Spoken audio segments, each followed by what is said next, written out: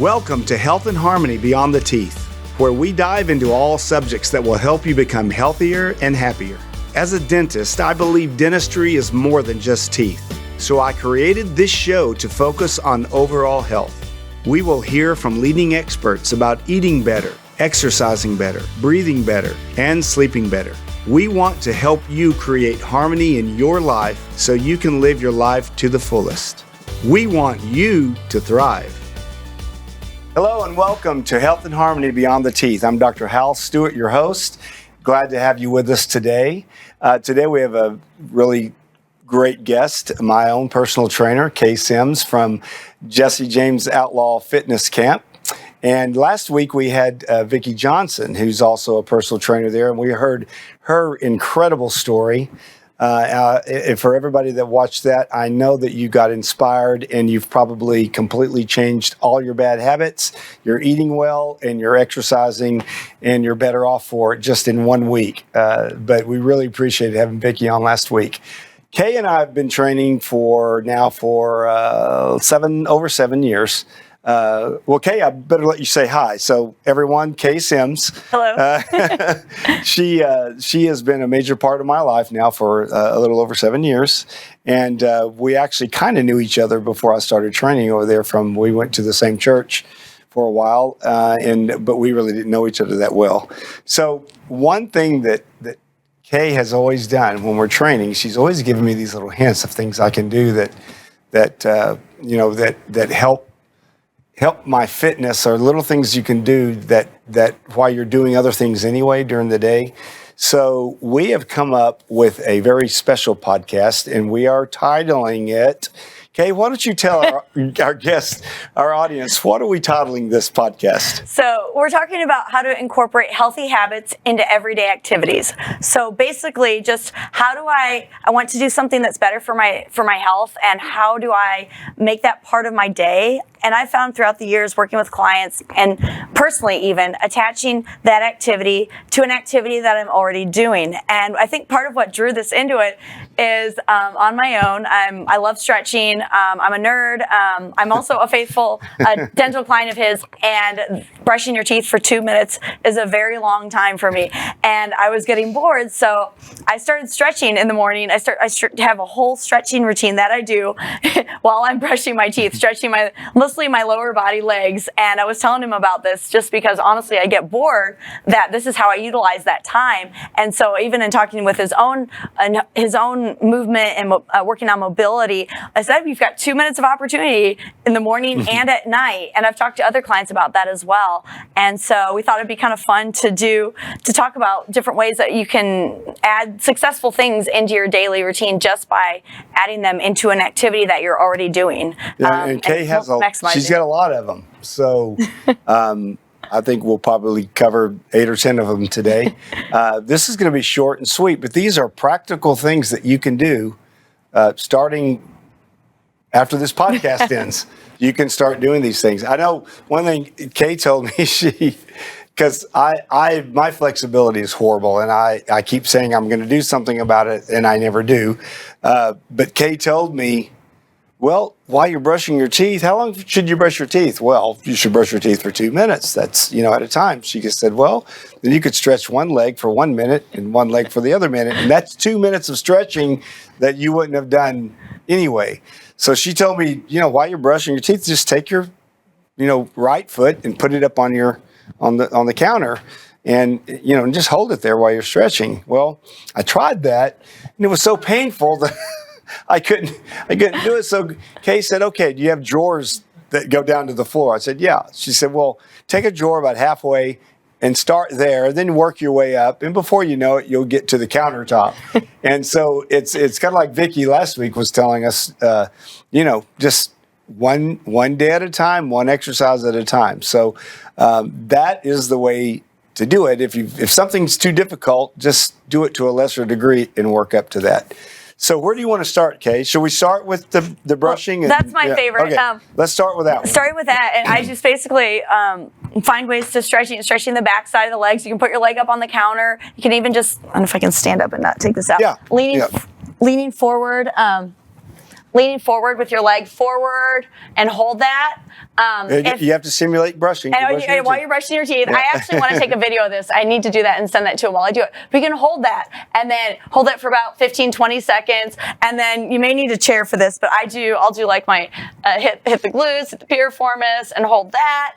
And then I'll go to we have a ledge on our shower, and I'll use that and I'll stretch my calves. And I'll do like one leg and guesstimate about a minute, and then I'll switch legs and do the other minute. And a few years ago, I tore my ACL and I couldn't stand, but it's still a very long 2 minutes. So I was actually on the floor. I am very odd. And I was doing abs while doing like crunches and stability holds while I was brushing my teeth, just because I needed something to keep myself occupied, to keep myself going for 2 minutes at a time. Well, and I remember that when you had your ACL. And did you just do rehab, or did you had surgery, right? Surgery and rehab, yeah, so complete reconstruction. I've never seen somebody come back from an ACL injury, maybe a world-class athlete that has all of the medical amenities, bariatric chambers and things like that, but nobody faster than Kay. But she was always active. So even with her knee, she obviously couldn't play tennis or basketball or anything like that, but it didn't slow her down one bit. So don't let injuries be an excuse. Now, don't do something stupid that's going to exacerbate the injury, but you can still do things like you did. Yeah, just incorporate like crunches and getting things creative. Like that. So do you have any other practical hints for let's just talk about flexibility? Well, I got more for the toothbrush. Let me. Okay. I'll finish Okay. Let's more activities for the toothbrush. We'll stay with the everyday activity and what health tips you have for that activity. With the toothbrush, yeah. With brushing your teeth too. What I've started, I was also having. Trying to get back into habits, spending time in the reading the Bible and getting back into that. And actually, that's why I started my nighttime. 2 minutes of that is reading, going through Psalms every night while you're brushing my teeth. Oh, okay. And so spiritual health. Yeah, so spiritual health, mental health, and physical health, and even like getting my clothes out for the day for the next day, or unpacking, pulling out my socks and my shirt for the next day, and getting that all lined up. So just think of what you need to be accomplishing during, and utilize that time. What's something that you can do realistically. I know if you're a parent with small children, it maybe you're corralling them, but just trying to do something that's practical with that. But I just try to look, okay, what can I do to utilize that time as best as possible? And for me, I've found the stretching to it also, it wakes me up, it gets me going. I'm up in the 4 o'clock hour, so it gets my body going, and just gentle stretching. If you wanted to go more for like a dynamic stretching, do like high knees marching in place. But I've just always, for me, it's just been one of those things I've always felt good with to get myself up and moving. And so I found a great way to incorporate that into it. Yeah, well, and so many people watch TV. I mean, probably the average American probably watches, I'm going to be very conservative and say an hour of TV a day, but I'll bet you it's more than that. Yeah. So while you're watching TV, you can stand up and move your arms, put them above your head, do a few jumping jacks. One thing I was telling Kay that I've always told my patients is that there's no law that says you have to floss before you go to bed or in the morning. As long as you do it one time per day, or more would even be better. But have a trash can, that's a key, and just take some floss while you're watching TV and floss your teeth and throw the floss in the trash can. Please, guys, don't leave your floss next to the couch or on the couch. That won't work out very well for you. You'll have some other health issues that you're going to have to deal with if you do that. So, but little things like that. Yeah, so, what activities, like while someone's watching TV, what can they be doing? There's a ton of them. I almost brought some tools with me. Definitely, first of all, is working on, you could do some stretching on the floor or on the couch. Like you said, just basic movement. If you can, some people, you're going to watch TV, say you have a treadmill at home. One girl, her rule was she's not allowed to watch TV unless she's on the treadmill. And that's kind of a great way, it gets her, so she's constantly getting that movement in. I also like to I have stretching and soft tissue tools at home. I have a foam roller, a lacrosse ball, I have a tennis ball, I have a massage stick. So I have a bunch of those, but I'll get on the floor. Like my husband and I will be watching a movie on a Saturday night or something. I'll get on the floor and just work through my body, just working on releasing from my legs and my back. And sometimes it's not like you have to spend your whole time while you're watching TV, but just take 3 minutes of it. Or a great one, every commercial break, although with streaming now, we don't have those commercials as often. But for every commercial break, I'm going to get up, I'm going to hold a plank. That's a great way to incorporate into there, or do a wall sit, or doing push-ups while you're on each commercial break, and challenging yourself. For every 30 minutes of TV, I have to spend 5 minutes doing just basic calisthenics, push-ups, squats, planks, jumping jacks. Yeah.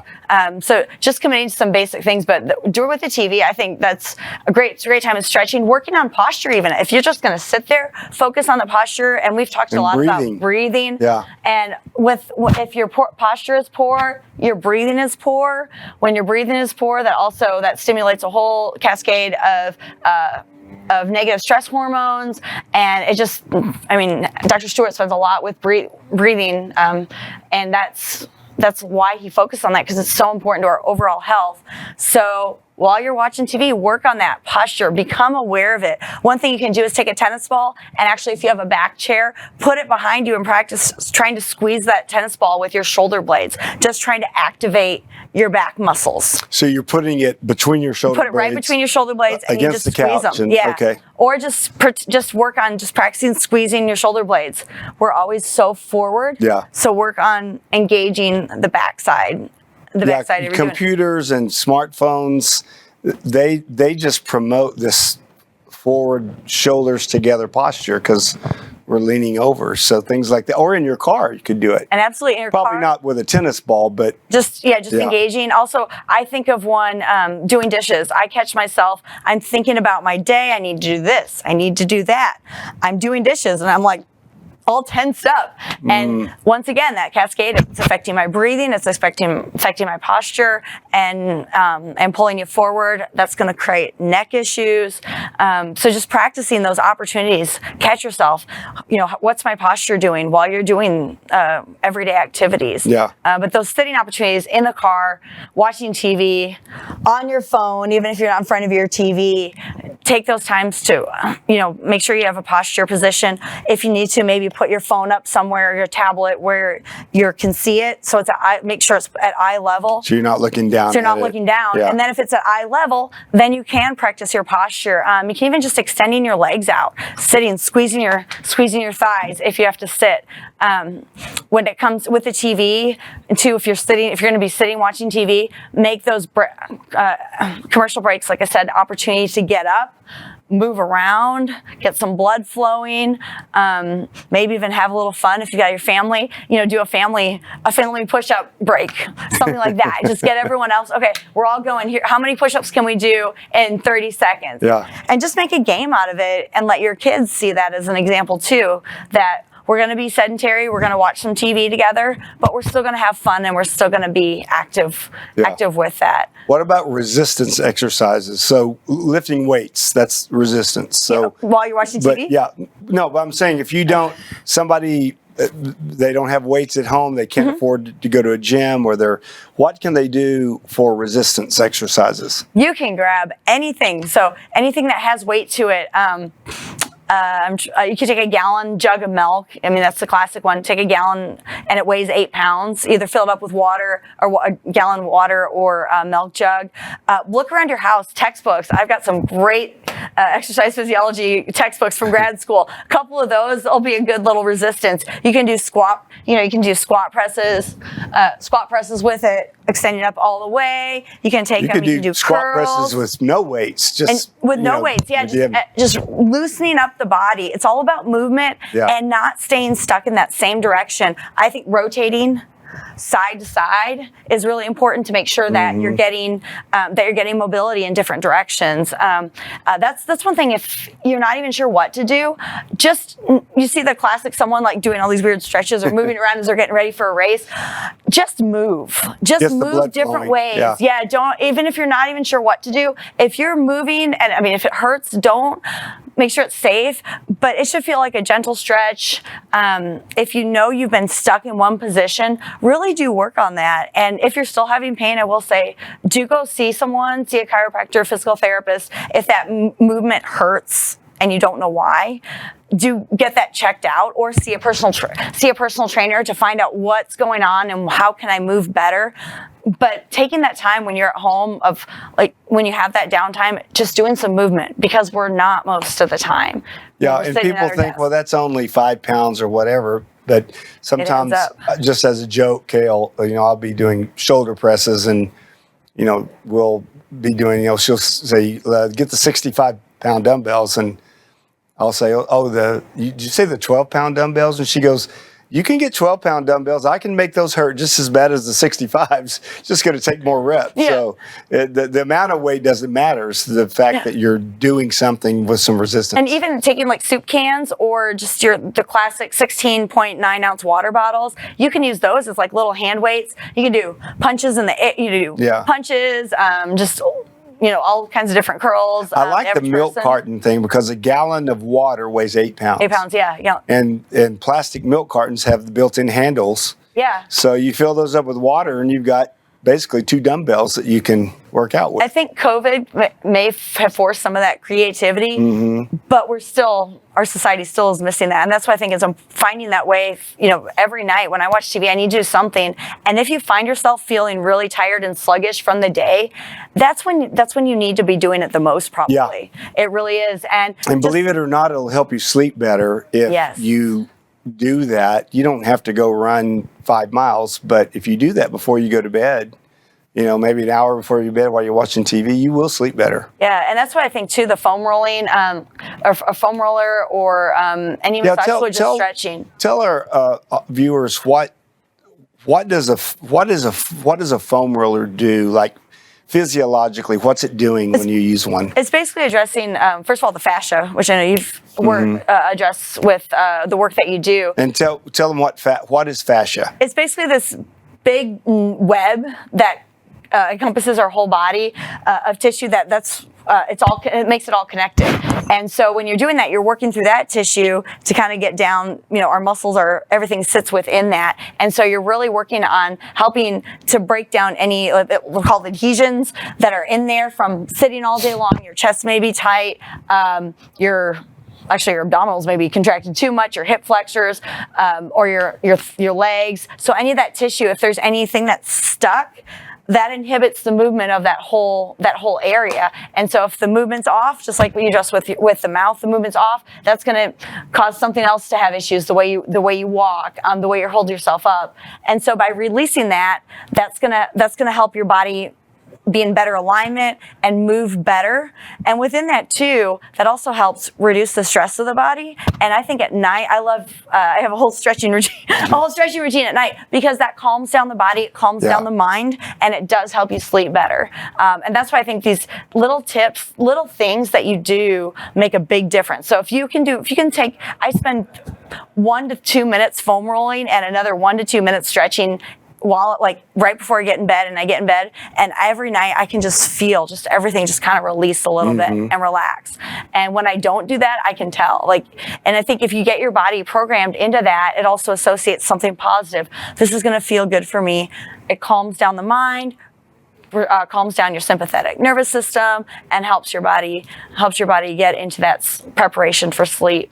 Well, and you also release endorphins when you stretch, and endorphins are the happy, feel-good chemicals. So, like when we eat comfort food, we get endorphin release because, that's temporary. The food has its effects later, but you hear people that run and they hit the wall like they're running a marathon, and at mile 18, all of a sudden it feels effortless because they've hit the wall, and there's this huge endorphin release. So if you do that before you go to bed, you're just more relaxed and you're going to sleep better. And so I think just finding something that you can do, find something for 1 to 2 minutes. I've constantly challenging clients that are really tight. Give me 1 minute. Yeah. 1 minute. Just reach up, around. I'm not even going to go into get anything fancy. It's not even the best way I recommend stretching, but I need you doing something. Something is better than nothing. If you did that, I added this up in my head just earlier when you were talking. If you stretch for 2 minutes in the morning and 2 minutes in the evening, let's say you're a really good dental patient, so you're going to brush your teeth 2 minutes in the morning, 2 minutes in the evening. If you did that, that's 2 hours a month total. That's 24 hours of stretching in a whole year, which is about 23 hours and 48 minutes more than I'm doing right now. Exactly.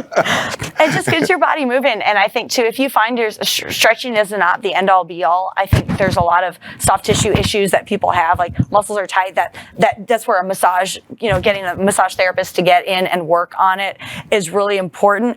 But I can't even... If you're stuck in a position, something is better than nothing. And that's why I find that something, if you do that something every day, that's going to add up to 24 hours.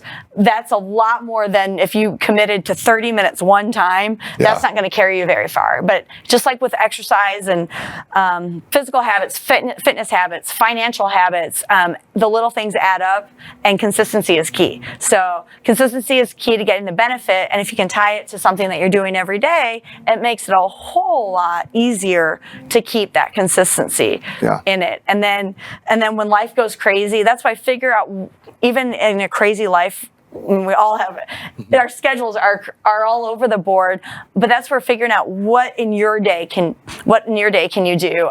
That's for like maybe during your lunch break at work. Oh, I don't know if I'm going too far ahead, but doing just stretching out your back against the counter while you're heating up your lunch every day. Just think of after sitting for 4 or 5 hours or more, if you just get that release, think of just what that's going to do to your brain and your body just by getting a good stretch. Hold it for the whole time you're heating up your food, and just taking advantage of that time. I've been in several meetings where you're sitting and listening to lecturers for 2, 3, 4 hours at a time. And if you've got a really good MC that's like going to introduce the next speaker, or the speaker themselves, when they realize they're getting up in front of an audience that's been sitting, a lot of times they will have everybody, before I start, let's everybody stand up. And just, let's just stretch our arms back and maybe above our heads. And you do that for like a minute, and now you're refreshed and you're ready to listen to the next lecture. So there's a lot that goes into that physically, and I think emotionally too. Yeah. And mentally, just having that blood flow increase. Absolutely. And that's where even just getting out and going for a walk, setting a timer, like if you're sitting at your desk while you're working, for drinking water too. That's another important subject. Oh, that's a good one. Yeah. But to get enough water during the day, to get up and move, set a timer on your phone, on your computer, for every, even just once an hour, I'm going to get up for 1 minute, and I'm going to get up, I'm going to touch the sky 10 times and go back right down. Something is better than nothing. And often time doesn't allow. If you're in the middle of an intensive project and you're on meetings and phone calls, that can be hard. But just doing what you can, even if like with water, having it sit there, having it ready to drink. Some people, there's a lot of cool things you can do. You can have put out 4 water bottles, set them out on your desk for the day. You got to knock them down. Some people like to put rubber band. They'll put a rubber band on their water bottle every time they fill it up, so then they can see, I filled it up 3 times today. Yeah. That's a good idea. One of my clients, my favorite, Jennifer, she had an app. There's apps out there that track your water, and one of them, it was she was growing a plant, so she would enter in how much water she's drinking each day, and if it was on track, a healthy amount, it would keep the plant healthy. That's great. There's a lot of really great apps. Even like if you have your Fitbit now, you can track your water. To me, that's just one more thing to do. But I can pay attention to how much water. Having a gallon of water that you start the day with, and then you can refill your cup throughout the day, but you can see how much you're actually getting. Mm-hmm. And I encourage people, even if you don't have to do that all the time, but do that to check in, how much am I actually getting during the day? That's a good question. How much should the average person drink? How much water should they drink? It's still a loaded question because it depends on, your body size, your activity level. For women, we would encourage average size woman, like 5'5", just about 64 ounces, a half a gallon. Okay. For guys, just aiming for at least a gallon. it's all It varies, very much, but there's a lot of people out there that, I'm getting a ton of water. I get like 3 bottles, and they, a 6'2" guy that's working out 5 days a week, and that's not nearly enough. So just paying attention to that. But I think setting a timer at your desk, have an alarm every hour. I'm going to get up. I'm going to take a drink. Water, a couple, maybe drink 8 ounces of water and reach for the sky 10 times. Or doing 10 squats, just something to get that blood flowing, open up engage your back muscles, let your chest open up, make sure you're breathing, and just take that time to just slow down for 1 second. If you're sitting there and you can't, while you're on your phone call, extending your legs, just, that'll at least get some blood flow to that lower body. I do ankle rolls, the ankle mobility, that's another important part of our body.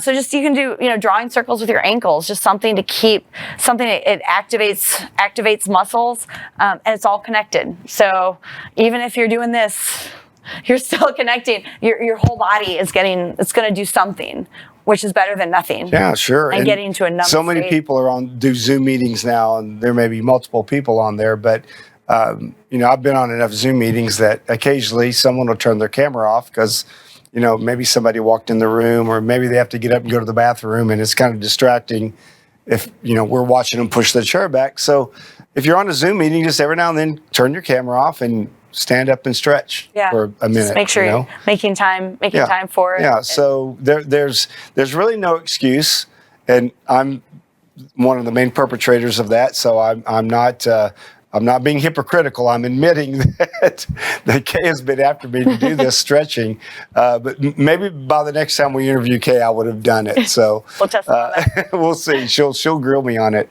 Okay. So to wrap up, give me 3 things that our viewers can do when they're in the car. 3 things. So when you're in the car, shoulder blade squeezes.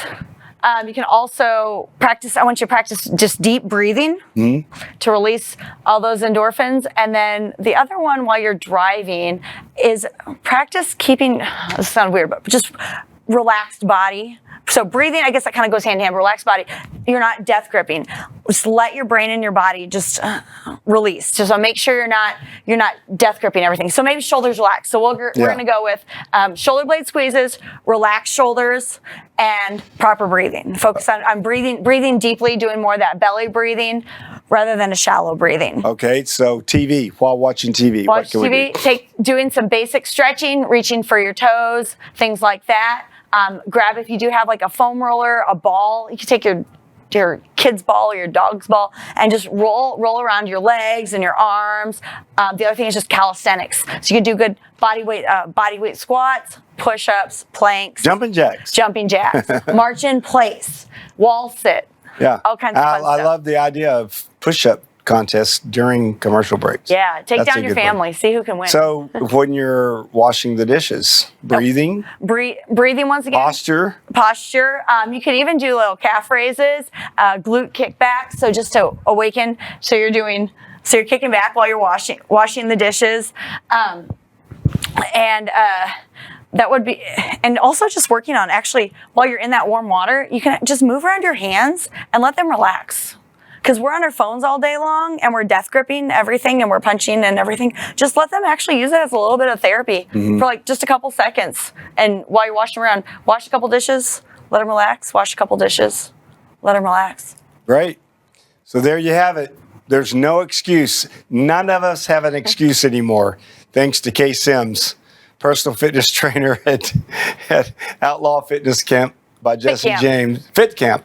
It's just Fit Camp. Oh, Fit Camp. Outlaw Fit Camp. So they just moved into a new building yesterday. New everything. Same logo, but changed the name a little bit. Yeah. So even though I've been working out there 7 years, I've got to get that name right now. So Outlaw Fit Camp by Jesse James in Flower Mound, Texas. An amazing, amazing place. And we also have 6 other franchise locations of Outlaw Fit Camp around the Metroplex as well. And possibly in some further expanding places as well, from that. So there may be one coming to you soon. Yeah. We currently have Keller, Hickory Creek, Plano, Little Elm, Fort Worth, and down to ours, and McKinney. Awesome. So, yeah. Kay, thank you so much for being with us, and we'll definitely have you back in a few months and see what else you have for us. Thank you for having me. So right now we want to go to our Health Essentials by Landis. That's our hygienist here at the Stewart Center for Optimal Health, who is an expert in essential oils. Landis, what essential oil do you have that you're highlighting for us, our viewers today? Thanks, Dr. Stewart. I appreciate that. Okay, so the first thing we're going to talk about today is peace and calming. Peace and calming. Here it is. Peace and calming is a really wonderful blend that Young Living produces. It has tangerine, orange, ylang ylang, patchouli, and blue tansy in it. So when it comes out, it's actually a slightly blue color. And this is a wonderful, wonderful oil to help kids and all of us just to reach a point where we are centered, where we're grounded. I know that there are children that wear diffuser bracelets to school. They may have a clay pellet, or clay stone in it. Mom, you can pop that right onto that pellet and they can pick that up and periodically smell that throughout the day. It is just a very calming oil. Another beauty for this is to put it in your diffuser by your bedstand at night. It is, especially if you have a diffuser that uses an intermittent setting, this can diffuse for a minute, and then it can be, settled for a minute, diffuse for a minute, settled for a minute, and that way it lasts you your 8 hours while you're sleeping. A great thing about kids too is that not only can you put it in their diffuser, but then add a drop to each of their feet. So you can take this and you can put it on their feet. The big toe, the bottom of the big toe, is actually where the brain is considered in reflexology. Take a drop of your peace and calming, put it on the bottom of their big toe, and that helps that hamster wheel that continually runs, that helps that to not have to run all the time. It just puts them in a more relaxed state. It's one of those oils that I have many, many people that carry this with them and make sure if their child is having a fit in the car seat, you can turn right around, even just opening the bottle and having them hold it and inhale. I've seen that work. It works great for babies too. Anytime we use any type of oil for a child, we're going to make sure that we realize, their weight is so much less than ours. So you can do this one of a couple of ways. You can drop that oil in your palm and then take your finger and then just rub it straight down on them. And that is not even a full drop because you're absorbing some of that. Another way that we can do that is we can actually add something called V6. V6 is a carrier oil. If you don't have V6 that Young Living produces, you can use coconut oil, olive oil, sweet almond, jojoba, anything that's a fatty oil. What that does is it allows that to enter the bloodstream slower. So you put the peace and calming, mix it with quite a bit of carrier oil, put it on the bottom of their feet, put it on their chest right here, and then you are able to cause that to go into them slowly, but they are never, ever, ever going to have too much in their body at one time. Essential oils are great because God made them, so there's really not much consideration for overdosing, but that allows them to just be able to calm. So this is a road trip must. You can even use this on pets. So I have a cat that prefers peace and calming, and I have a different cat that prefers lavender. Anytime we're getting ready to take them somewhere, whether it's a vet visit or whatever, I put a towel in the bottom of their carrier. For my one female cat, I will put peace and calming on her towel, and it makes it such a smoother ride for her. And then I put lavender on my other cat's towel. And that way, when they get to their vet, they're not panicked. Cats don't like to be contained. No such thing as crate training for them. Those are all the ways that we use peace and calming at our house. It's been good to talk to you. Back to you, Dr. Stewart. As usual, Landis, thank you so much. That was great information. If any of you need or want to start trying essential oils, Landis is a great resource for that. She's very knowledgeable. She'll help you in any way that you need it. and also supply you with the essential oils. So thank you again, Landis, for being with us. And I want to thank Kay Sims again for being with us. And we want to thank you for tuning in and making this podcast possible. I'm Dr. Hal Stewart with Health and Harmony Beyond the Teeth. And go out, live your life, live it to the fullest, but be kind and help one another. Everybody is struggling in some form or fashion. We're all fighting a battle. So you never know, that next person you meet, you might be the catalyst in their life to get them to another level and to change their course to improve their life or possibly save their life. So no act of kindness is too small. This has been Health and Harmony Beyond the Teeth. See you next week.